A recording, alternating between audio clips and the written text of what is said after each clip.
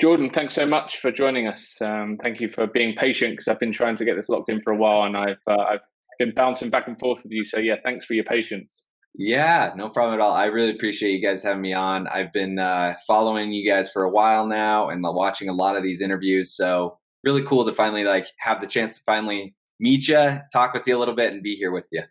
Sure. Yeah. Thank you very much. And you got the memo with both wearing nice white t-shirts. So I we're in the know. I uniform. sat down, I was like, okay, we're gonna do this matching. That's all right.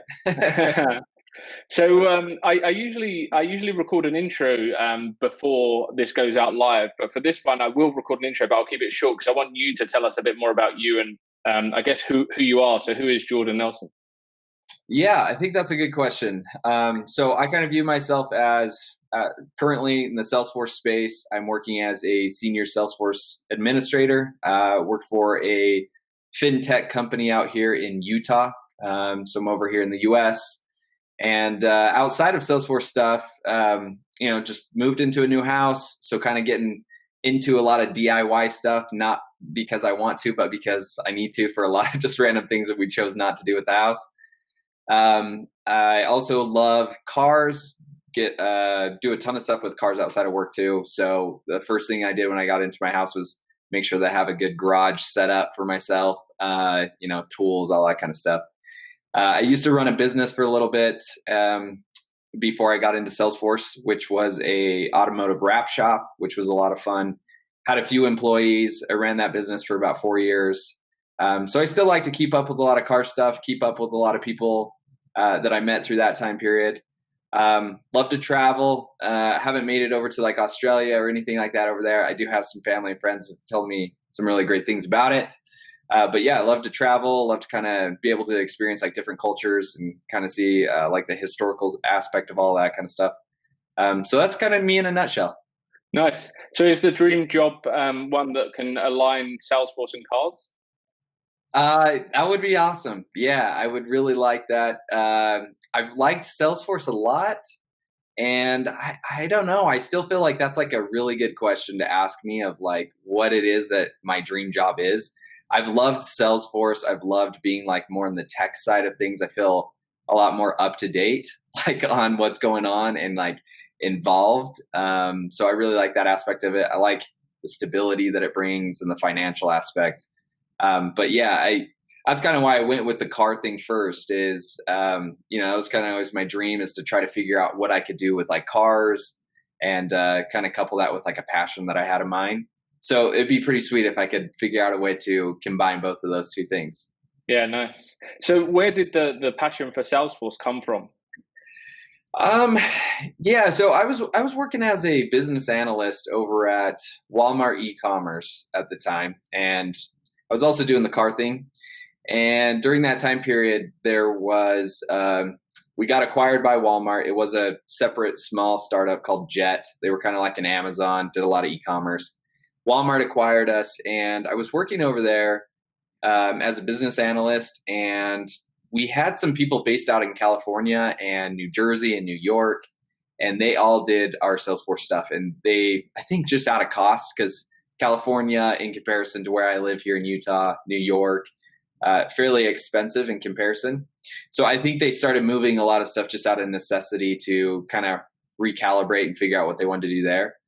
And just, I don't know, kind of by luck, they just started pushing some Salesforce stuff, like very, very basic junior stuff. And yeah, I kind of got introduced to it by that means. And then I reached out to one of my friends out there in New York at the time, and he was doing Salesforce admin stuff. And he just talked really highly of like the job stability, the career path that you could go down, which was really like intriguing to me of like not having to sit there and kind of think about what it was that I was going to do next. It was just a path laid out of, okay, if I get in as this admin, I have like 3 more steps ahead of me that I can take. I could eventually take that into like a dev. I could go the architecture route. So I really like that aspect of it. And I liked that it's just like had a huge demand in the area that I'm in specifically. So that's kind of how I got into it. And since I've been doing it, I think the biggest thing that stood out right off the bat was just like the community, where we live in this world, I feel like, with social media, and you kind of get in there and it's a lot of negative space. So it's just kind of like a very different approach, I felt like, where people were just so willing to kind of reach out and like give back. And then that kind of led me to wanting to do the same thing, where it's like, okay, this is cool stuff I've learned. I feel like a lot of people have taught me over, these communities and YouTube and Google and their blogs. So I just thought about trying to do the same type of stuff where, I was learning something I couldn't find the answer to. I thought it was just like a good way to kind of put it back out there and do the same thing that people did for me. Sure, because obviously we'll talk about personal brand, and that's something I advocate. Like I think it's really important, especially for it's important for everyone, but I think especially for people that are active with a job search or potentially might be building a career in the ecosystem, because without one, it's hard to differentiate yourself from other people. And you've taken it kind of from helping others and creating content, and now you're really open and honest with your own who you are and what you do, and it's not just Salesforce, right? You've built a brand Yeah. outside of that. So kind of Yeah. how did that come about, and what did you have any reservations from going from being this helpful guy online and posting about flows and doing videos on flows to kind of opening up yourself to people you don't know? Yeah, for sure. I did. I had a problem just doing that Salesforce piece in general. Like, I think it would be weird for me to say that it wasn't awkward to do that, because I have never really been the person to do that. I never really did that on, Instagram with my own stuff. I never did that on Facebook. I was just kind of always the consumer, the guy that just would scroll through my feed and that was it. So that's the approach I've always taken. And going back to kind of leaning on like past experiences, as we touched on a little bit, is I got introduced to a lot of that just out of the means of trying to make my business work with social media. So it was a lot of like social media marketing and trying to figure out the platform and figuring out how that worked. And so I knew kind of my way around a little bit on LinkedIn. I hadn't really used it. But yeah, I got to the point in my mind where I just started hearing a lot, like the Gary V's of the world and the Grant Cardones, all these people that we listen to, talk a lot about just like the opportunity that you had on LinkedIn specifically. And so I wanted to post, and I like tried to think about posting for probably like a year or so. And I started reaching out to some coworkers around the subject of how I could do this, and they were posting. And the first thing I started doing was actually commenting on other people's posts to kind of get like familiar with it and comfortable with it. And that just led to me not knowing at all like what to post, and posting some really like cheesy stuff initially because I just didn't know what to do. And so it was like, updates on some business or something really cheesy that didn't really sound like who Jordan is. Yeah. And so that's where I started with it. But I knew that it was like a good opportunity, because the way I look at like personal brand and audience is, yeah, it does like help you stand out against the crowd. But I also view it as kind of how we're talking here, which is Salesforce is great for me right now. But if that's not like what I want to continue to do, I think building an audience and letting people in to say, this is like who I am, these are things I care about, and people knowing who you are in general, that opens the doors for really anything that you want to do. So if I feel like I want to make a career change, I feel like there's just so many more opportunities that are going to be easier if people know who you are. Like if I went back to doing that car stuff, okay, well now, even if they just do Salesforce stuff, there's a lot of people that are connected with me within my own state right here in the US. Yeah. So it's like, okay, well now I can take that audience of X amount of people that know who I am and say, hey, I'm starting this business. I would love to, wrap your car, whatever it is. And now there's X amount of thousands of people that now know who I am to help support that and get it started. So I think in general, outside of just getting a job and getting a better job as a Salesforce person, an audience thing is something I've wanted to do for a while. And I thought it was just an easy step for me to say, hey, well, I know how to do Salesforce. I'm going to post about that because that's not really threatening to me. I know what it's about. I do it day to day. So let me start off with that, and then let's move into some other things around who I am and what else my life entails. Sure. So how did you get to the topics initially? Like you said, you struggled, but then how did they come to be? Like, how did you decide what you were going to post on, like on a daily or weekly basis? That's a good question. So first, as you were following me, it was just a lot of things I saw like a need for, or things that I didn't think other people knew a ton about. So for me, when I first started in Salesforce, it was around flows. Like as a beginner, I thought there was a lot of good information out there for more of like an intermediate or an advanced user, where you can get on YouTube and they'll walk you through this really long process. But for me as a beginner, I didn't even know like what the canvas was. I didn't even know how to use these different elements that were in a flow. So initially it was just like, hey, I'm just going to go through these and I'm going to explain these as somebody like myself was just learning it. I'm not going to try to get into anything advanced. I'm just going to explain what a loop element is, what an update element is, and go through it that way. And that fed into here's a lot of easy topics I could talk about.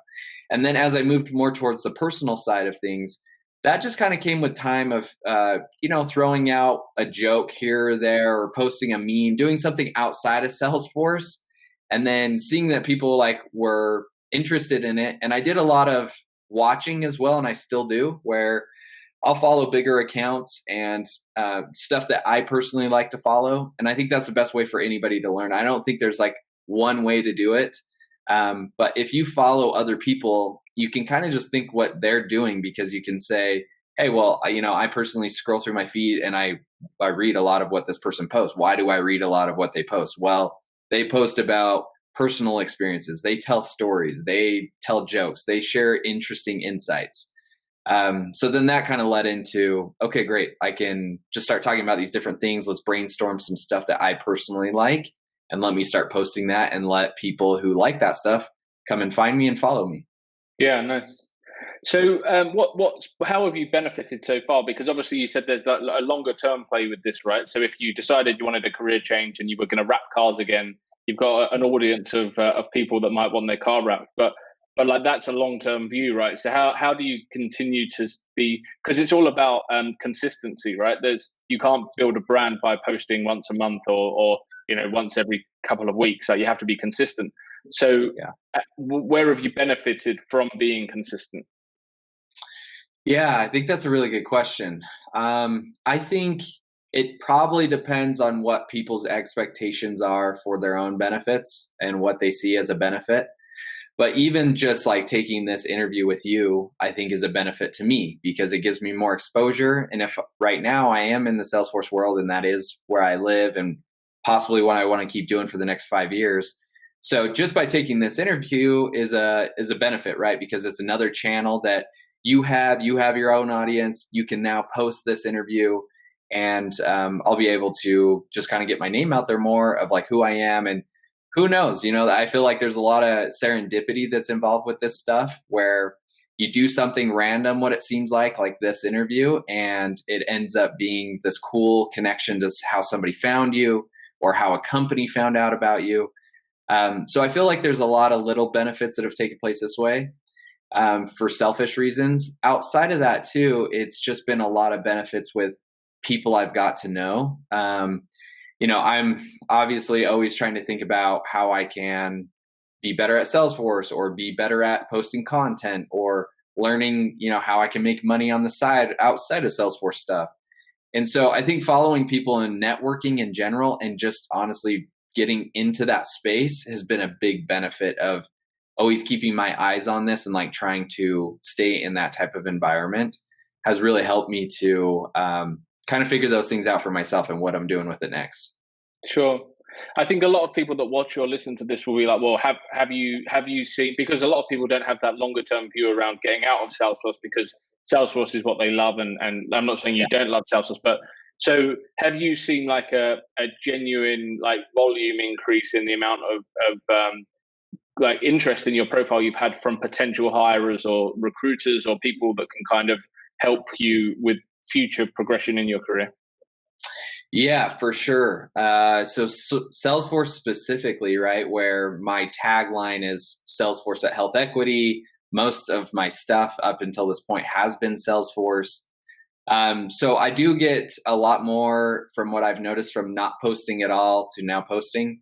I've seen a lot more recruiters reach out to me. The last 3 jobs that I've had have been based upon me being consistent on LinkedIn. My last 2 jobs specifically, I was headhunted for them or recruited, however you want to say it. So it gave me some leverage that way. And I think the most interesting part for people that do love Salesforce and want to stay here, the posting the content has really helped in a lot of ways during the interview process. So my last job, the one I'm at currently, I got recruited, which was really cool. And it just made the process so much smoother, where typically you get in there and there's a lot of nerves and kind of proving yourself in a way. And it was nice because I actually just kind of went through it and they didn't really have any questions about what they wanted, because they could just go look at my blog. They could just go look at my YouTube and look at and see what I was posting. And I was posting about flows and like some stuff more that are relevant to like what I do on a day to day. And that's exactly what they wanted. So it makes it a lot more of a less risky thing, you could say, for the company, because they can just go to your YouTube channel or your blog and say, oh, well, yeah, this person does know how to go through a flow. They're teaching it. They're showing you the basics. So it brought a lot of clarity for them, made it less of a risk. And then for me, it obviously super nice. I didn't really have to do a whole lot through the interview, and it gave me what, in my opinion, more leverage when it came to figuring out what was going to work out with compensation and all that kind of stuff. Yeah, nice. So that's all the benefits of, or some of the benefits of having a brand.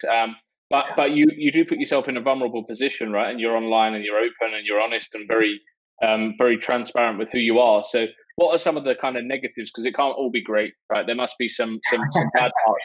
And I did see you put a post up recently about one of your posts being taken in a way that it wasn't meant. So yeah, have you got any insight into kind of dealing with the negative side of being so visible? Yeah, initially, I mean, you do have to kind of develop this mentality of like a thicker skin, or just knowing that people are just going to kind of say what they want to say and they actually don't care as much as you think they care too.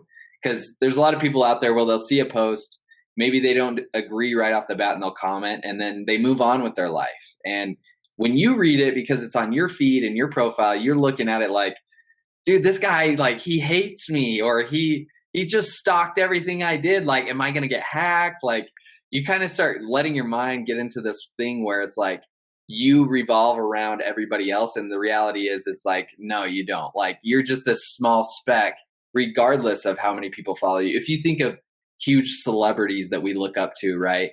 And it's like they get negativity all the time. And how much do we actually pay attention to or like hear about it? Maybe it'll pop up. And how long does it last? Like 2-3 days, goes away. So we do get in this mindset where we think we're a little more important than we really are, and that's probably what happens. So I think that's one thing to keep in mind. But I have had things as little as when I first started getting bothered when someone would like correct me on Salesforce stuff, because I felt like, oh geez, like I gotta kind of look like I'm the expert here, and I'm not an expert, but posting it makes you feel like you have to be. And so I'd get corrected by people that have a lot more experience and certifications and all that than I did in Salesforce. And I would take it as like a huge L initially. And I'd just be like, oh, geez, like I can't post again about this. And I'd get all worked up. And then that kind of started to fade. And as I've gotten a little more vulnerable, I think there's just different levels, right? So now if it's Salesforce, I'm pretty used to like any type of feedback I get. And now I've gotten to a place where I'm just kind of posting about like topics of discussion that I like. And as you know, like we've had an election this year. It's been an election year for our country here. And it just a lot going on with what people's opinions are on both sides of the aisle, left or right, and what they think about Trump and what they think about Biden. And I commented on a post that it was like a very hot button topic, but I posted something which I didn't think was like trying to debate anybody. I just kind of gave like my 2 cents. I didn't like involve anything that you shouldn't PC wise. And yeah, next thing I know, I was getting like DMs and I was getting all this like information, and like the thread ended up with like 40 replies on it, and people just kind of coming at me for something that I wasn't even trying to debate in the first place. You know, they kind of picked apart my message and really focused in on like one part of what was said. And that's not what I was trying to say. And so I tried to clarify, didn't work out. So eventually I was just like, I'm just going to stop responding, because what we're talking about earlier, like the reality is none of these people actually responding to me are going to care in like 20 minutes after I get done not responding. They care because I keep responding to this. Yeah, yeah.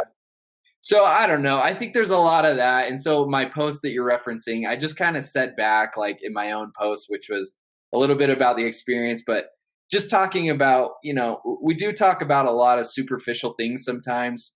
And they are relevant and they're cool and I like the insights. But for me personally, I always enjoy like a deeper conversation.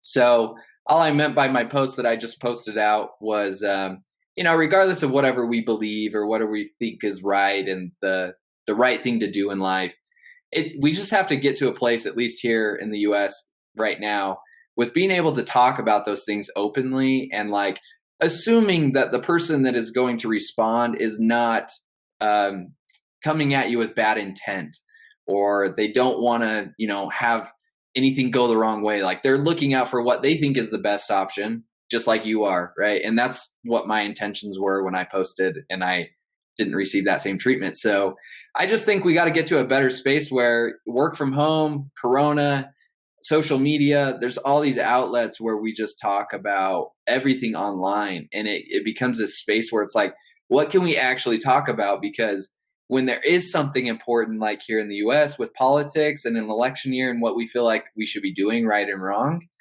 it's such a heated debate that you can't even bring anything up, or you're labeled as something.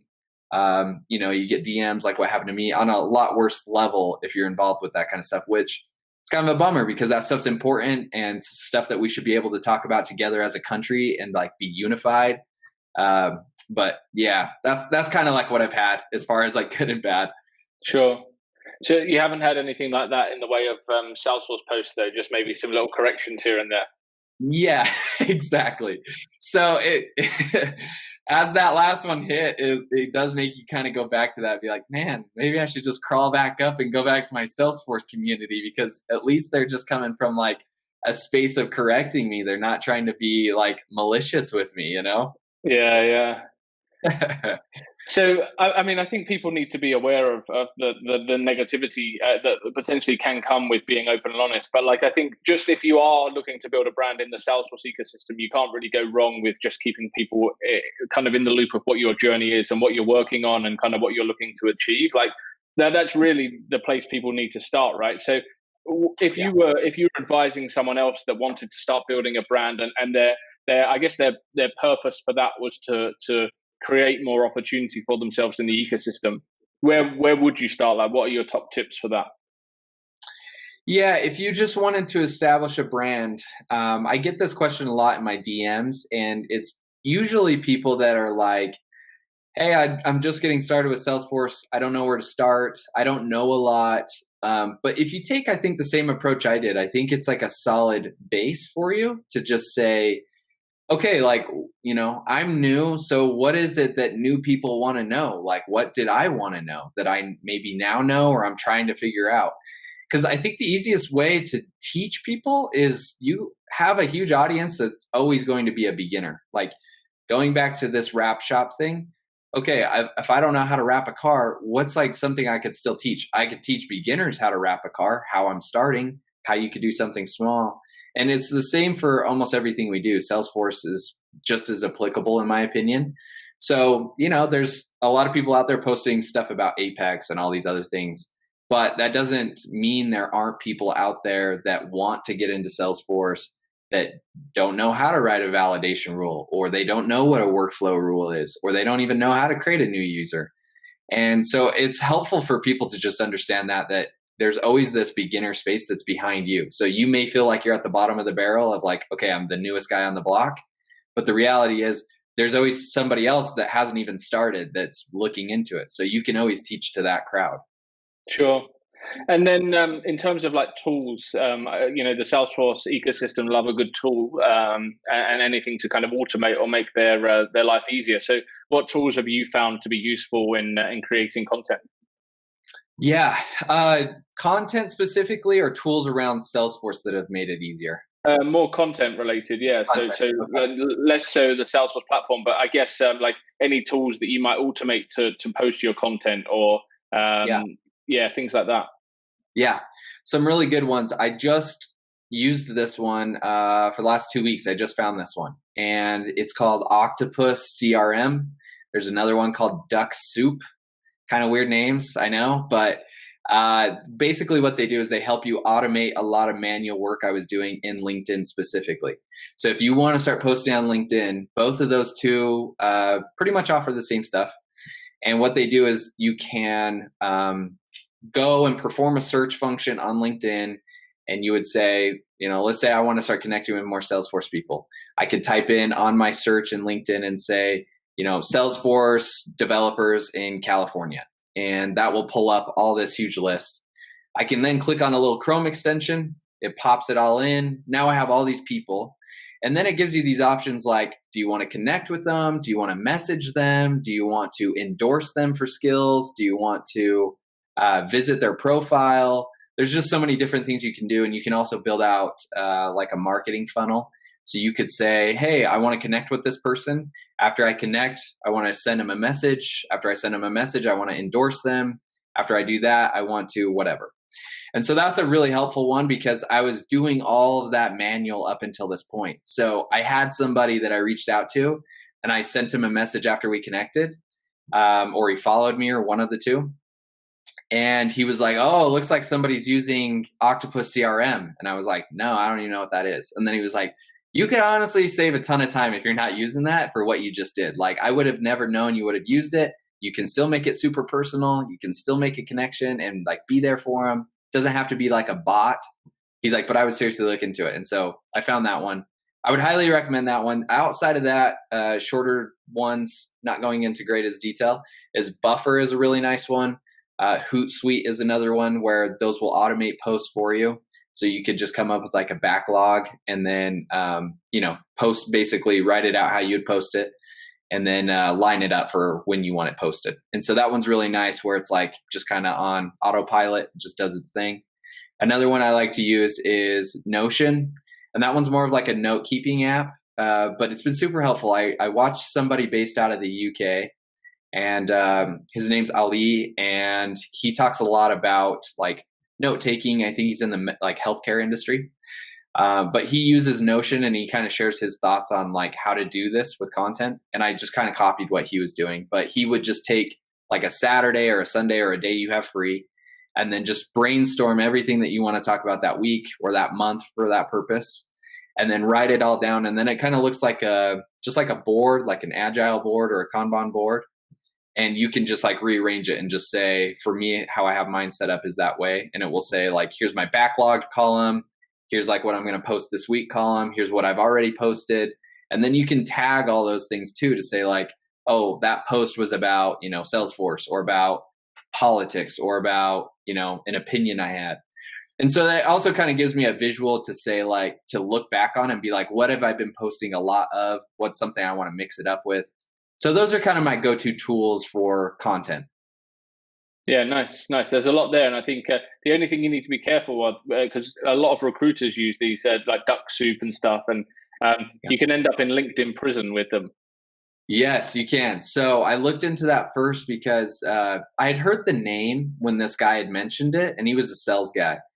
And I was like, yeah, I looked into the Duck Soup one time, and then it basically was just like, yeah, my account's going to get banned. And then he was like, you can actually pay for one of their services that is a little bit higher, and they'll warn you when you pass certain thresholds to shut it down.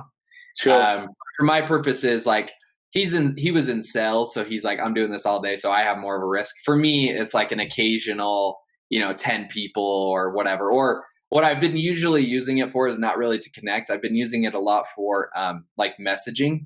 So people that are following me, which has no limit on LinkedIn, that won't get you kicked out, is you can message whoever links up with you or follows you as much as you want. So I've just been messaging a lot of those people like, hey, thanks for the connection. Let me know if there's anything I can do to help out. Yeah, That's kind of been my purpose. So yeah, you're right. Like it probably depends on how you want to use it. But in my purpose, or if in your purpose, you're just like trying to create content and like connect with people, that's a really easy way to be able to do that, I feel like. Yeah, definitely. So what's the future hold? Obviously, you're happy. I'm not saying you're not happy in your job, but where do you go from here? Like, where does your future Salesforce career kind of evolve? Yeah, I think that's something that's been on my mind a lot lately because I've hit this threshold that we talked about where 3 years ago, it was like brand new, fresh to Salesforce. And I kind of had the next three steps lined out for myself to say, okay, junior to a regular to a senior. And now I'm at the senior level. And now it's kind of like, okay, I don't know like how much more. I think I feel like I'm towards the top of my threshold as far as like compensation goes and stuff. So it's like, I don't know if I can really, if I want to stay there, if I want to move. And that would require me either kind of going back a little bit to learn some code and work back up, or it'd be like architecture or management, I guess. So I'm kind of in this weird space. So I feel like what I want to do as of now is kind of dabble in this sense of I have this audience and I have a lot of people that do Salesforce stuff. I think it'd be really cool to kind of be able to support myself and give more valuable content, like more in detail, by possibly like selling courses and things like that. So I think this year that's what I'm going to dabble in, is trying to do something like that. Because I think there's a lot of good things I've learned, and I can't fit that into like a little LinkedIn post. It would take a lot of time on YouTube. So I think a cool way would be able to be like, hey, I'm still going to push all that and you can follow me.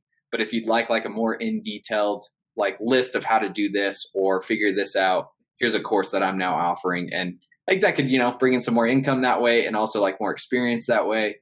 So I think that's where my headed space is right now. Sure. Yeah, nice. And finally, obviously, we've discussed LinkedIn, but and your YouTube channel. Where is the best place for people to connect and hear what you're saying? Yeah, for sure on LinkedIn. I got a little ambitious like when I first started doing this, and I tried to attack every social media platform there is. And maybe that works for some people. That does not work for me. I get too distracted and I can't like figure one platform out. So I focused a lot on LinkedIn. So the best place to find me is there because I feel like I have that platform down. I just started this week to start posting on TikTok is like where I wanted to go next. And then I'm going to start back up on like my YouTube stuff again. So those are kind of the spaces to follow me. If you want to see me with like no followers and like building something out, which could be kind of cool, TikTok, because I only have like 100 followers there. So I would jump over there if you are on that. And that could be like a cool little thing to figure out like with me to say, okay, this person's going to try to obviously build up here. How's he doing it? What's he doing? What kind of content does he post? So that'd be a cool one for like any newcomers to follow me on there. Yeah, nice. And is there much Salesforce action happening on TikTok? Yeah, so when I got on there, there's a lot of, in general, like business stuff. I was really surprised. When I first got on, I thought it was going to be what everyone thinks, which is like little kids and like dancing and like high school stuff. And I got on there, and just like any other feed, it kind of adapts to what you watch and what you like. And it was a ton of like DIY stuff that was like super helpful for my house. Like I've learned so much DIY stuff off TikTok. And then I started finding like a lot of business stuff, like Excel things and like tax things here in the US, and like a ton of information around that. So my feed is actually just full with like a lot of like nice educational stuff. And I have seen some Salesforce, but like not a ton. So right now what I've been posting is a lot more, hey, this is how you build an audience. Like this is how you would get into like more marketing side of like putting yourself out there and building a personal brand. But I still talk about Salesforce on there, but I haven't seen a ton of it quite yet. Because I was picturing you like dancing while talking through a flow or something. Yeah, and see, that's what my expectations too. When I first heard about it, and I was like, I can't get on that app because like I would never feel comfortable like dancing or like singing. And then my feed was just full of like, there's like a song going in the background, but it'll just be you talking through like a problem, So there's a lot of stuff there. I think the other little app too, I don't know if you're on it yet, is the Clubhouse one that popped up. I'm on there. I haven't really dove into that one yet. I still feel like, in my opinion, it's a little clunky. It's like hard for me to search and find rooms to like join. But I'm also on that one too, trying to figure that one out. Yeah, nice. I've literally just heard about that this week. I'd never heard of it before, but it seems interesting. And I think there's quite a lot of recruitment activity going on there, like recruitment clubhouses, like sharing kind of ideas and war stories and stuff. So yeah, maybe that'll be one for the Salesforce ecosystem as well. Yeah, I think that one has a lot of potential for that. It's kind of like a live podcast where you can get in these rooms, right, and listen to it, or an interview, and you can participate, which is really cool. The downside that I've seen so far is that it's really hard to find a room that you want to join because you can't search them. So it's just whatever pops up. And so it takes a lot of scrolling to find something. And then the other side of it too is I don't know how they're going to do it with like growing presence on there, because a lot of people that have joined so far are like celebrities or people we know, and so they automatically get followed. Yeah. Like let's say you or I jump in, I think it's difficult because the only way to actually like grow is you'd have to like time block like actual time and like participate in type like in a room. You would have to sit there for like an hour and like talk with people versus LinkedIn, TikTok, Twitter, all these other places. It's like I create a post, I send it out, and that's that. You know, I don't think Yeah. about it. Yeah. Yeah. So I don't know. It's going to be interesting.